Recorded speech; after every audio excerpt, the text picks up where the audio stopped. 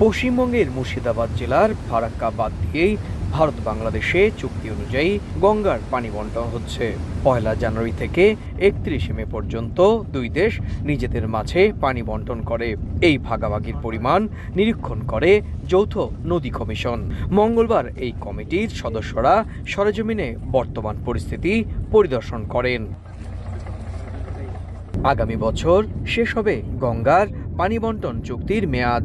বৃহস্পতিবার চুক্তির নবায়ন নিয়ে দুই দেশের সংশ্লিষ্ট কর্মকর্তারা একটি বৈঠকে মিলিত হবেন।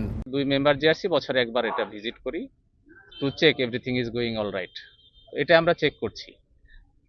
আপনারা দেখলেন যে মেন গঙ্গাতে যে ফ্লো মেজারমেন্ট চেক করা হলো, ওই পানিটা বাংলাদেশে চলে যাচ্ছে, আর এখানে ফিডার ক্যানেলে মেজার করা হচ্ছে, চেক করা হচ্ছে, এই পানিটা কলকাতা যাবে। সো আমরা দেখলাম চুক্তি অনুযায়ী সবকিছু বাস্তবায়ন হচ্ছে। এদিকে পশ্চিমবঙ্গের মুর্শিদাবাদের স্থানীয়রা গঙ্গা চুক্তি নবায়নের পক্ষেই মত দিচ্ছেন। চুক্তি হবে স্যার, তো এতদিন থেকে হয়ে এসছে, আমি তো প্রায় 86-87 সাল থেকে দেখছি। ফারাক্কা বাঁধ নির্মাণ করতে সময় লাগে প্রায় 15 বছর। এই বাঁধে 109টি স্লুইস গেট রয়েছে।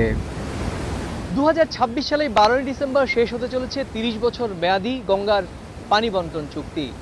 আর সেই চুক্তি নবায়নের জন্য আবারও ভারত এবং বাংলাদেশের মধ্যে যৌথ একটি কমিটি করার কথা বললেন বাংলাদেশ থেকে আসা প্রতিনিধি দলের সদস্যরা।